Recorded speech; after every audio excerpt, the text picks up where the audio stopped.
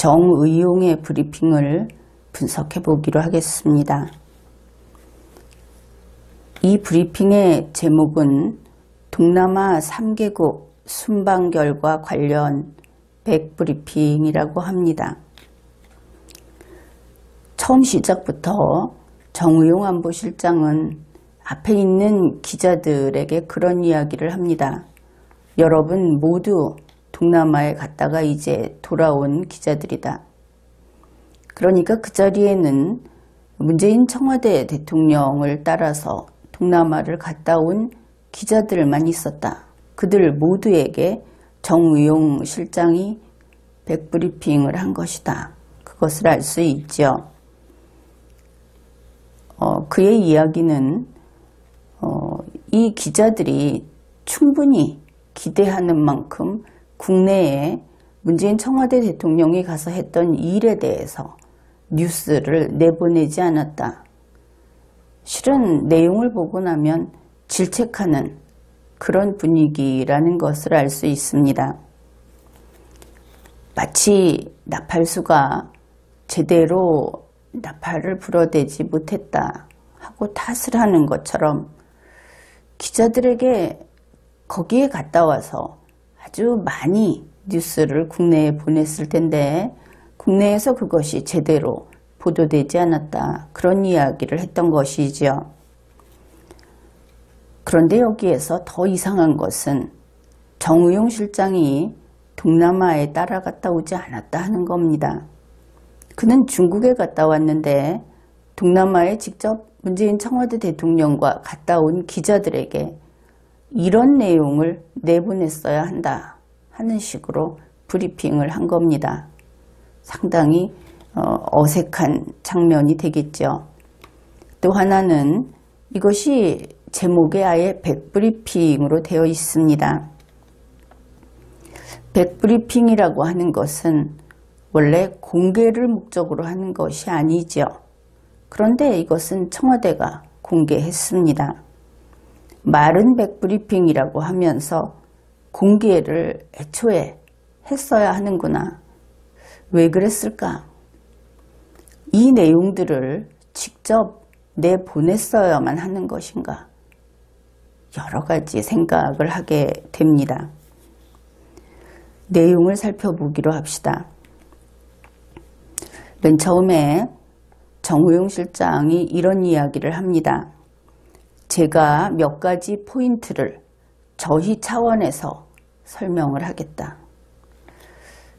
여기에서 제가 라든지 저희라고 하는 말이 그것이 겸손하게 하는 표현인가 하면은 그렇지 않다는 것을 내용을 보면서 확인하게 됩니다. 이것은 결국 자기들 편하고 그렇지 않은 편을 구분하고 있다. 여기에서 제가 라고 하는 것은 문재인 청와대의 안보실장이 이런 이야기도 되겠지만 청와대에서 나라고 하는 존재감은 없는 것이죠. 거기에 있는 모든 공무원들은 공무를 수행할 때는. 그렇다면 여기에서 정의용 씨 자신은 문재인 씨만큼 대등한 비중으로 그만한 중요성이 있는 사람이다. 스스로 그렇게 여기고 있고 또 그렇게 받아들이고 있다 하는 것을 알 수 있게 됩니다.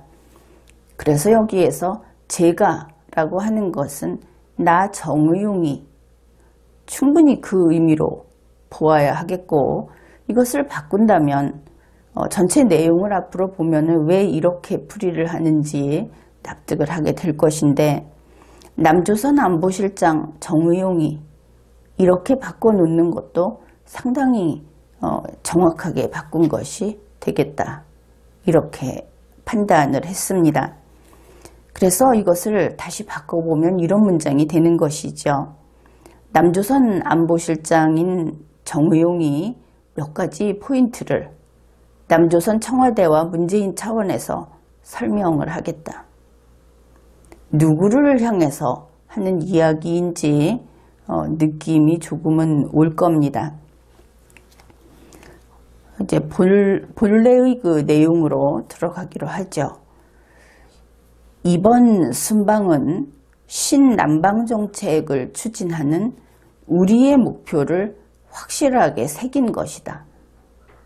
여기에서 우리라고 하는 것은 문재인과 정의용과 그들 일당이라고 보면 되겠습니다. 그들을 가리키는 것이죠. 우리 대한민국 전체 5,100만을 가리키는 것은 분명히 아닙니다. 뜻이 다르기 때문에. 그 다음에 새긴다 하는 것은 돌을 파서 글자를 새긴다 할 때 그 조각하여 남긴다 하는 그 뜻입니다. 새겨 넣는다. 그래서 이번 순방이 신남방 정책을 추진하는 그들의 목표를 확실하게 조각해서 새겨 넣은 그런 일이었다.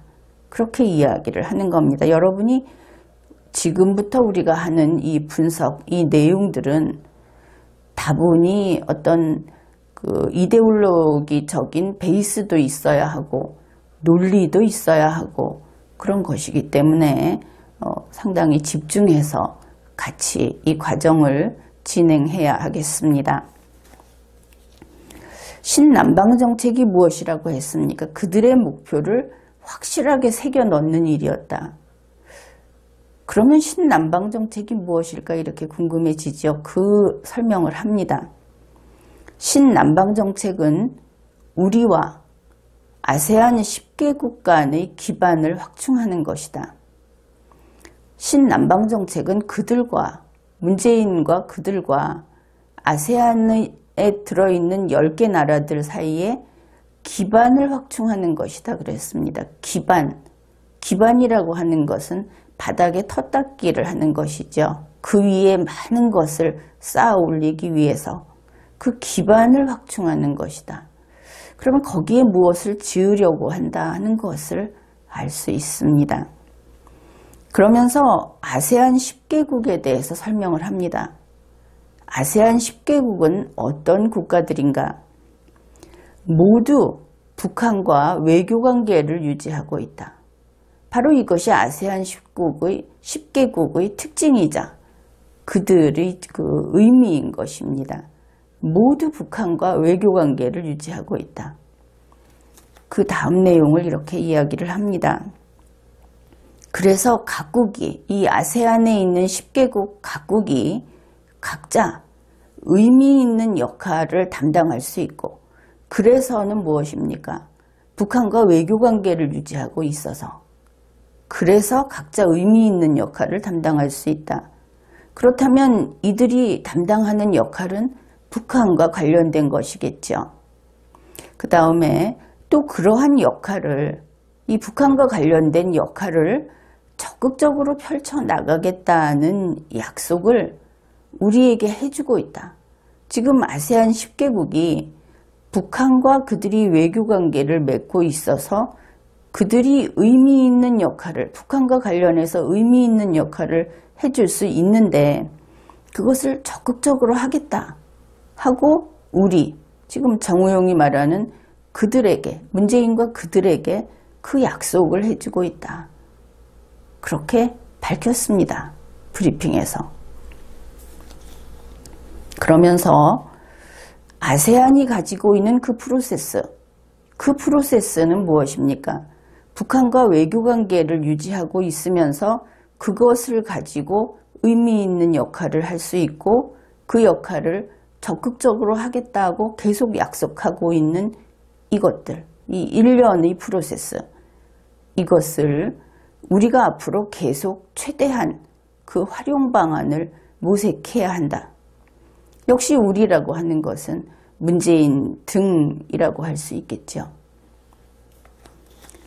이렇게 이야기를 했습니다. 신남방 정책의 의미, 거기에 그들이 추진하는 목표를 이번에 새기고 왔는데 그것은 바로 이 북한과 외교관계를 유지하고 있는 아세안 10개국과 기반을 확충하는 것이고 아세안 10개국은 그런 일을 할 수 있는 국가들이다.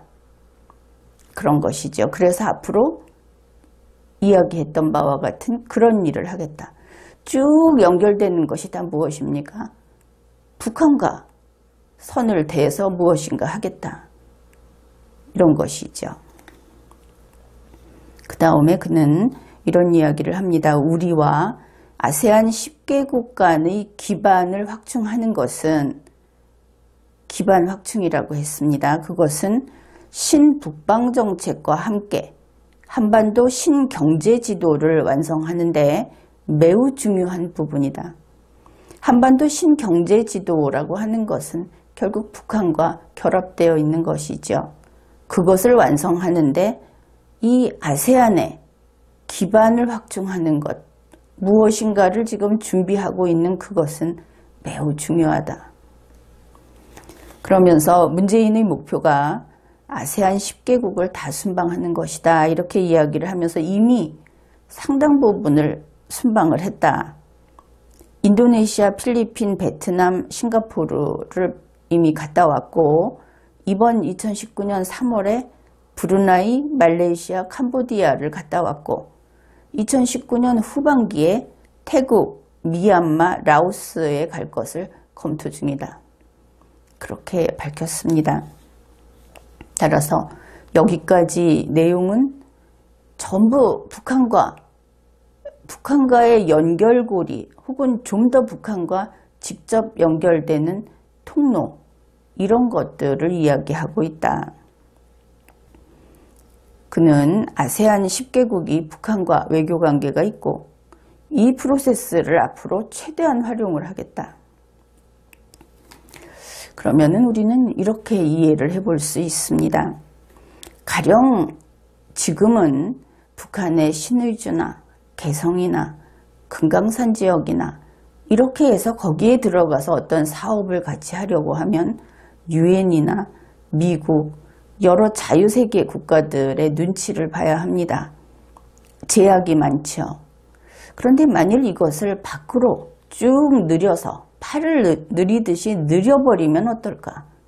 바로 그런 이야기가 여기에 있는 것이다. 이렇게 이해할 수 있는 겁니다. 가령 인도네시아가 신의주, 베트남이 개성, 캄보디아가 해주하고 직접 연결된 곳이라고 그들은 외교관계가 있으니까 그렇게 이해하면 무슨 일이 그 다음에 무슨 일이 생길 것이다 하는 것을 우리가 추측을 할 수 있는 것이죠. 이것을 앞으로 최대한 활용하겠다고 한 것입니다. 정의용 씨는 이렇게 이야기를 했습니다. 현재 우리는 아세안의 최초의 거점 공간을 만들고 있다. 거점 공간이라고 하는 것은 가령 스파이나 간첩이나 이런 자들이 자기가 활동하는 영역을 파악을 하고 장악을 하는 것을 뜻하죠.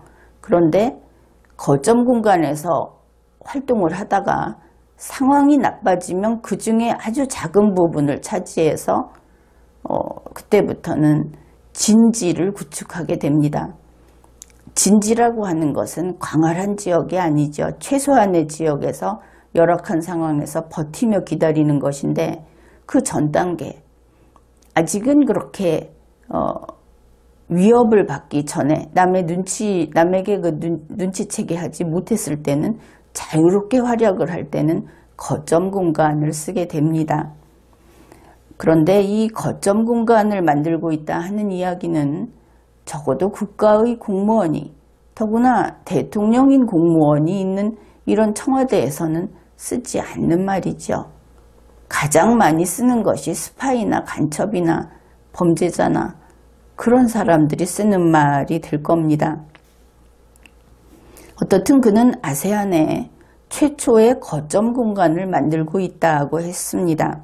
그러면서 아세안 주재 대표부의 기능을 확대하겠다. 그 역할을 키우기 위해서 인프라를 늘리는 중이다. 구체적으로는 대사도 새로 파견하고 인원도 증원하고 대표부 건물도 확충하고 그런 것들을 이야기했습니다. 그러면서 앞으로는 아세안 주재 대표부가 그 아세안 현장에서 우선 즉시 대응할 것들은 대응할 수 있도록 그렇게 지원해 나갈 것이다. 그렇게 말을 했습니다. 마치 아세안 주재 대표부가 현재 UN 보고서에서 문제되고 있는 개성 연락사무소 같은 곳이 아닌가 그런 느낌이 들지요. 구조적으로 설명을 해보면 이렇게 될 것 같습니다. 아세안 10개국에 10개의 발을 가진 아세안 주재 대표부, 한국 대표부가 있는 겁니다. 그것은 방금 이야기했듯이 문재인 등의 거점 공간 중 하나다. 그것이 아세안에 이렇게 있습니다.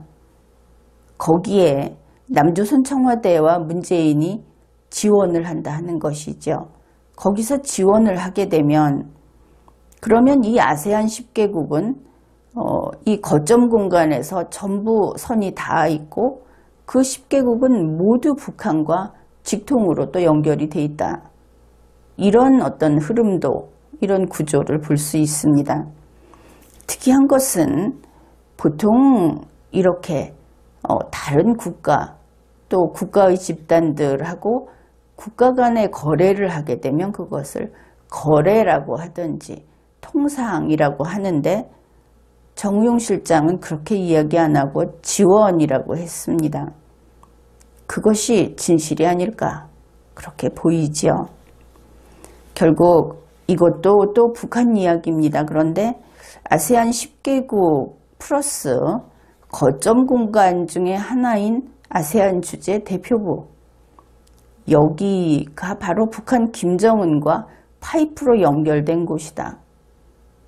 일단 구조는 그렇습니다. 그들이 거기에서 무엇을 보냈다든지 하는 것은 아직 나타나고 있지 않지만 구조상 일단 연결돼 있다. 그것을 알 수 있죠. 그 다음에 또 다른 이야기는 모든 이야기가 할 때마다 북한 이야기만 합니다. 그것도 참 특징이라고 하겠는데 2017년 한국과 아세안 정상회의 때 인도네시아 대통령이 그런 이야기를 했다는 겁니다. 2019년 11월 서울에서 개최되는 한 아세안 특별 정상회의에 김정은을 초청했으면 좋겠다. 그렇게 말을 했다는 것이죠. 결국 2019년 11월에 김정은을 서울에 초청했으면 좋겠다. 이 회의가 서울에서 개최가 되니까 그렇게 작년에 이야기를 했다고 하면서 그래서 문재인 등은 지금 적극적으로 이것을 검토할 예정이다. 그런데 김정은을 서울로 초청하는데 그 전에 북한하고 협의는 해야 한다. 마음대로 못한다. 이런 것이죠. 그런데 지금이 3월입니다. 3월에 11월에 김정은을 초청할 계획을 발표하면서 앞으로 어떻게 노력을 할 것인지 그런 설명을 하고 있다. 우리 국민들로서는 경제에 대해서는 전혀 신경을 쓰지 않으면서 지금 국내 문제에 대해서는 전혀 신경을 쓰지 않으면서 오직 북한 하고 있는 이들을 어쩌면 좋으냐 그런 생각을 하게 됩니다. 정우용 안보실장, 이름은 안보실장인데 그의 브리핑을 짚어가면서 도대체 이 공무원의 그 안보 개념은 북한의 안보냐 그런 생각을 하게 됩니다. 대한민국 아주 크게 잘못됐다.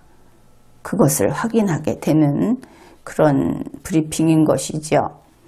그는 하노이 미국과 북한의 정상회담에 대해서 여러 가지 평가를 했습니다. 방향을 바꿔가면서 다양하게 했는데 그 중에 몇 가지만 소개를 하겠습니다. 그는 좋은 일로서 이렇게 이야기를 했습니다. 북한과 미국 양국 모두 사실상 과거로 돌아가기에는 어렵다. 이제 그 과거라고 하는 2017년 이전의 미국과 북한 김정은의 관계, 그것이 지금 상태로 온 것, 이들이 보기에는 미국이 북한한테 끌려다니고 있는 것으로 보일 수도 있는데 이것이 만족스럽고 이것이 성과다 하는 것이죠. 그 이전으로 돌아가지 않는다. 미국이 북한을 하찮게 봐서 같은 테이블에 앉히지도 않던 천박한 그런 인간으로 대우하던 그때로 돌아가지 않는다. 그것이 성과다. 그런 것을 알 수 있죠. 그러면서 이런 이야기를 합니다. 완전한 비핵화 대 완전한 제재 해제. 이제 교환 조건입니다. 이것이 선언적인 목표라는 것이 다시 확인됐다. 선언적인 목표라는 것을 놓치면 안 됩니다. 그리고 그는 그래서 현실적인 대안을 모색해야 한다 하는데 양측이 어느 정도 이해했다고 본다. 이것도 성과라고 보는 것이죠. 그들이 원하는 대로 가고 있다. 뭐냐 하면 선언적인 목표라는 것은 실제 목표가 아닙니다. 그저 한번 큰 소리쳐 보는 것이고 아무도 그것이 이루어질 것이라고 기대하지 않는 것이다. 선언만 하는 것이다. 그래서 실제로 할 현실적인 대안을 모색해야 한다. 저것은 안 지켜도 된다 하는 것이죠. 여기에서 그들이 기뻐 날뛰는 여기에서 우리 국민들이 읽어내야 하는 것은 문재인, 정의용 그들은 완전한 비핵화 안 하기로 했다. 이것을 알 수 있습니다. 미국도 이것은 알고 있을지 모르겠지만 미국 국민이나 완전한 비핵화를 해야만 한다고 하는 그 미국인들, 그들은 이 진실을 알아야 하는 겁니다. 안 한다는 겁니다. 확실한 것은. 완전한 비핵화는 안 한다. 선언적이니까. 그 다음에 정우용 실장은 자기 자신이 얼마나 김정은 편인지, 그렇게 말하면은 친김정은, 친북한 이렇게 표현을 할 수 있겠죠. 그것을 여실히 보여주는 그런 발언을 했습니다. 이번 하노이 회담을 가지고 그는 미국에 대해서 이렇게 이야기를 했습니다. 미국은 아무것도 주지 않고 북한의 카드만 보고 갔다. 북한이 손해봤다. 미국은 이득을 봤다. 그런 이야기인 것이죠.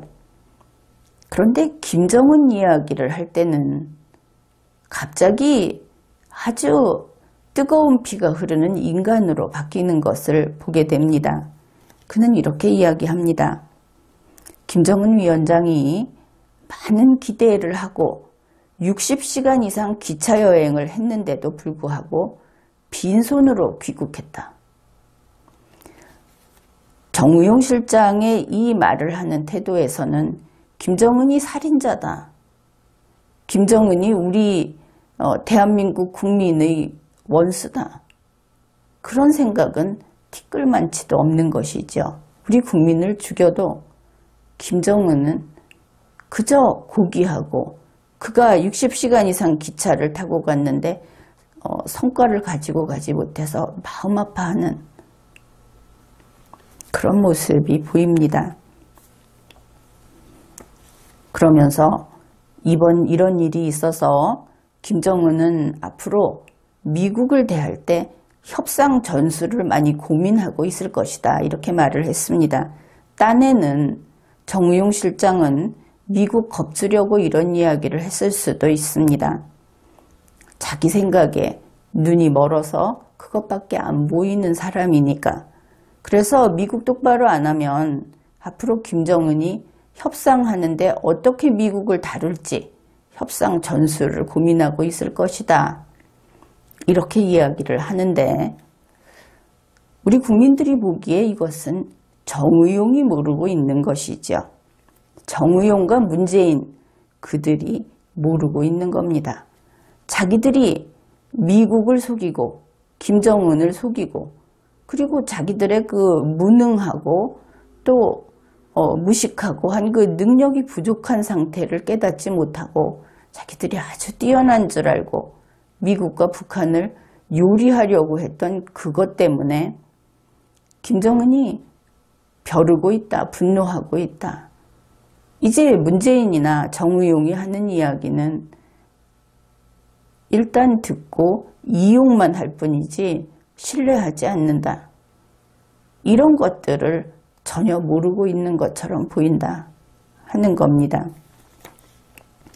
지난번 하노이 회담 때 이미 언론에 보도가 됐죠. 북한에서 영변만 가지고 흥정을 하면 된다. 트럼프는 곤경에 빠져 있으니까 애걸하면서 북한에 매달릴 거다. 이런 식의 어떤 정보가 넘어갔다는 것을 이미 언론에서 우리는 알고 있습니다. 언론을 통해서. 그래서 지금의 결과가 나온 것이다. 그래서 김정은이 빈손으로 간 거다. 그것을 미국 탓을 하면서 슬쩍 덮으려고 하는 정의용. 그래서 그는 무능한 것이다. 또 이렇게 이야기할 수도 있겠습니다.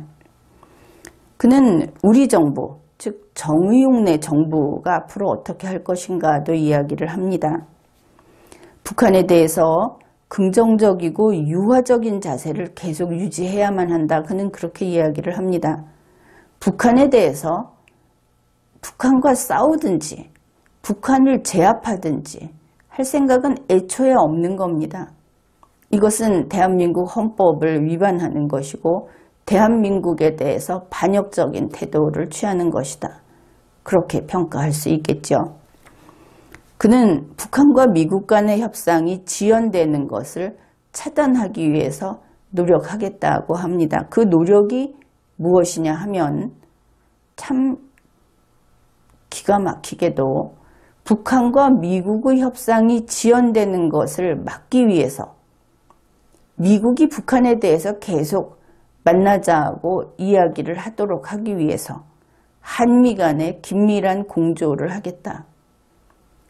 다시 말해서 한미 간의 공조는 앞으로 좀 보일 거다. 그런데 그것은 북한을 돕기 위한 도구요 수단이다. 여기에서 우리는 이것을 읽어내야 하는 겁니다. 갑자기 문재인 청와대 대통령이 깨달아서 미국과 긴밀한 관계를 유지하는 것이 아니고 긴밀한 관계를 유지하는 그 수단을 통해서 북한을 돕겠다. 그것을 알 수 있는 겁니다. 그 다음에 이제 국민 여러분이 여기에서는 좀 전율해야 한다. 미리 이야기를 해두는데 정의용 실장이 이렇게 이야기합니다. 우리 표현을 제가 사용하겠다. 도대체 저희들 표현이 무엇인가? 정의용 저희들은 도대체 어디서 온 괴물들이기에 우리 표현을 사용하겠다. 그들의 표현을 사용하겠다고 합니다.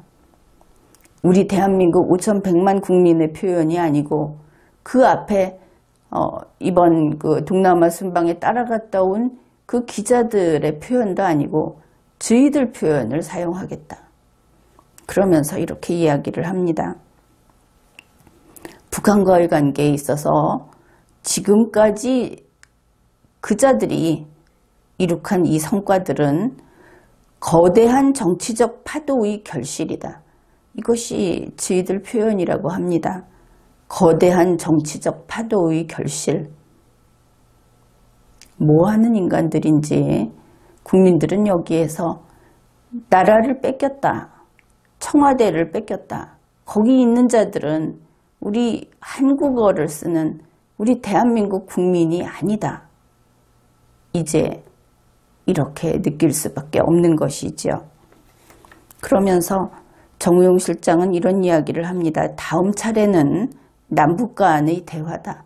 이제 또 미국과 북한이 이렇게 삐걱거리고 있으니까 남북 간의 대화를 해서 이것을 또 해결을 하겠다. 북한을 위해서 일을 하려면 이제 직접 달려가야 하겠죠. 그러면서 이 바톤을 어떻게 활용하느냐 굉장히 고민하고 있다. 남북 대화를 자기들이 하겠다고 그러면서 그것을 누구한테 넘겨받은 바톤이라고 생각을 합니다. 그렇게 설명을 하는 것이죠. 누가 넘겨줬느냐.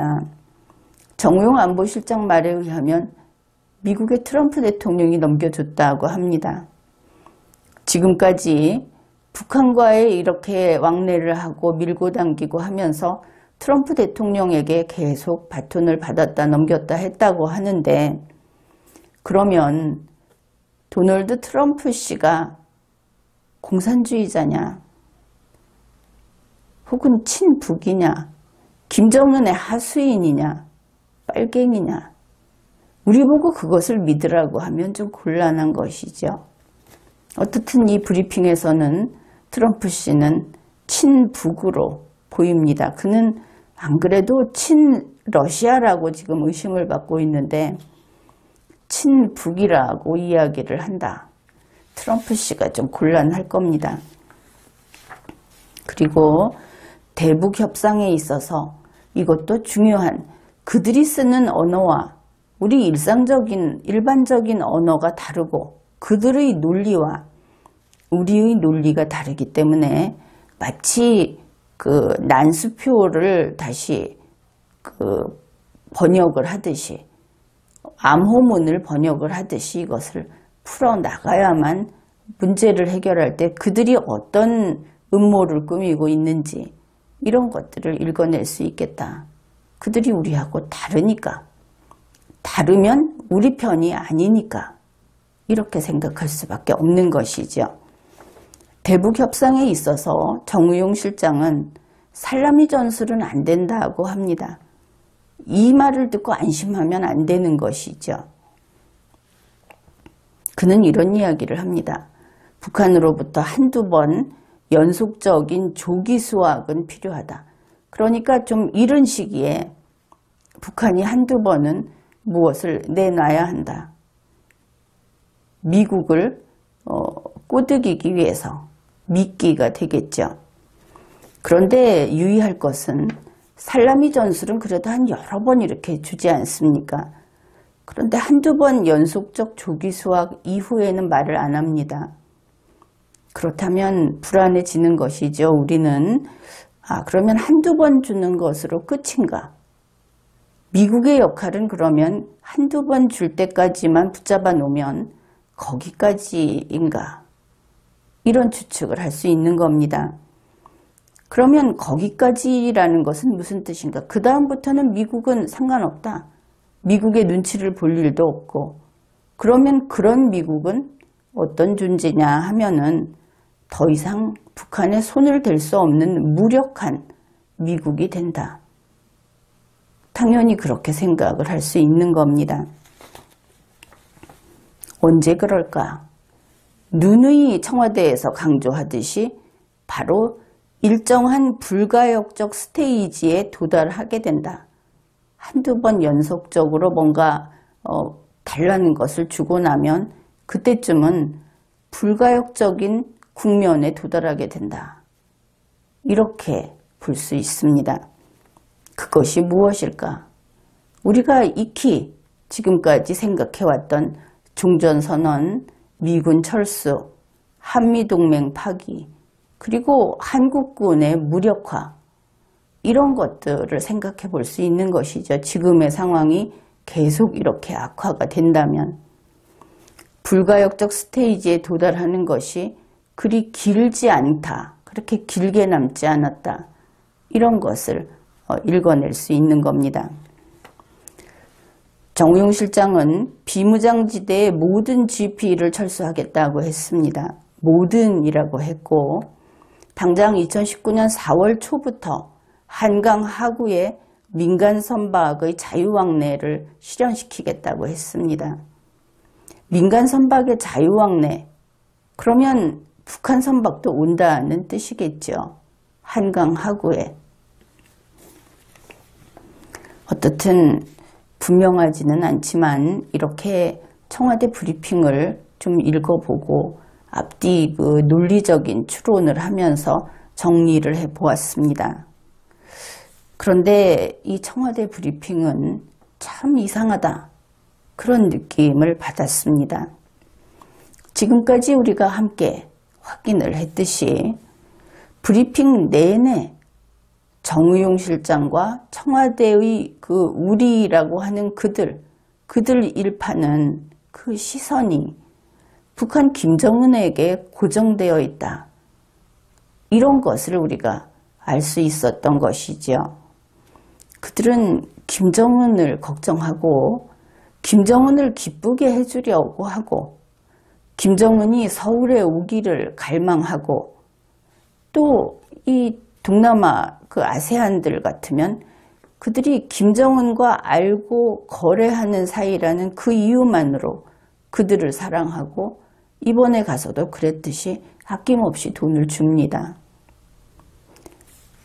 이런 그들은 김정은을 위해서 죽으라고 하면은 영광으로 여길 듯한 그런 분위기마저 느껴지는 겁니다. 그래서 참 이상하다 그러는 것이지요.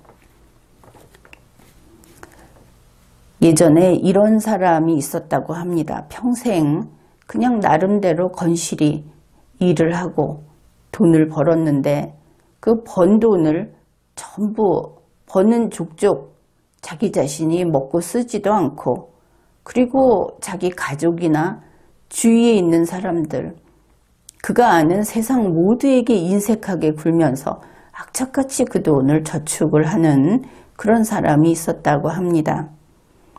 심지어 그는 저축을 해서 큰 돈을 모아야 되는 목표가 있었기 때문에 이웃의 물건을 훔치고 남의 돈을 빼앗아서 그렇게 해서도 저축을 했다고 합니다.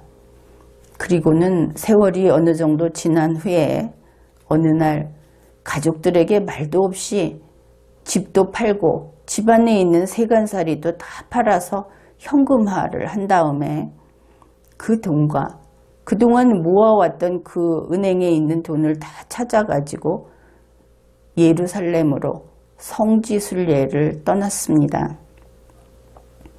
그렇게 예루살렘에 도착해서 거기까지 오느라고 쓴 돈을 빼고 나머지 전 재산을 그 성지에서 그곳에 헌납을 했다고 합니다. 그리고 이곳에서 죽을 수 있어서 행복하다. 그랬다는 것이죠.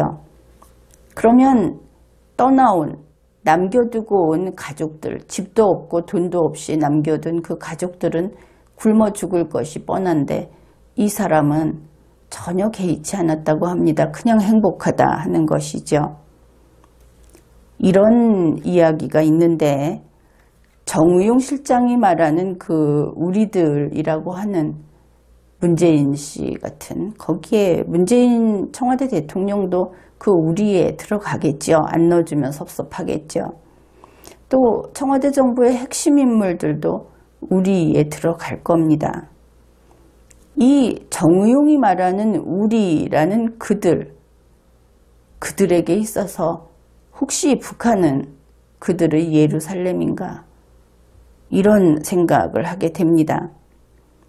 그래서 그들도 예루살렘에 갈 수만 있다면 이웃의 돈을 빼앗아서라도 모든 사람을 다 못 살게 만들고서라도 그리고 거기에 가면 거기에서 죽어도 행복하다. 혹시 이런 성지 예루살렘이 바로 북한인 것인가? 그 옛날 이야기가 참 의미심장하게 다시 떠오르는 그런 날입니다. 참 이상한 청와대다 하는 것이죠. 지금까지 리걸마인드 연구소였습니다.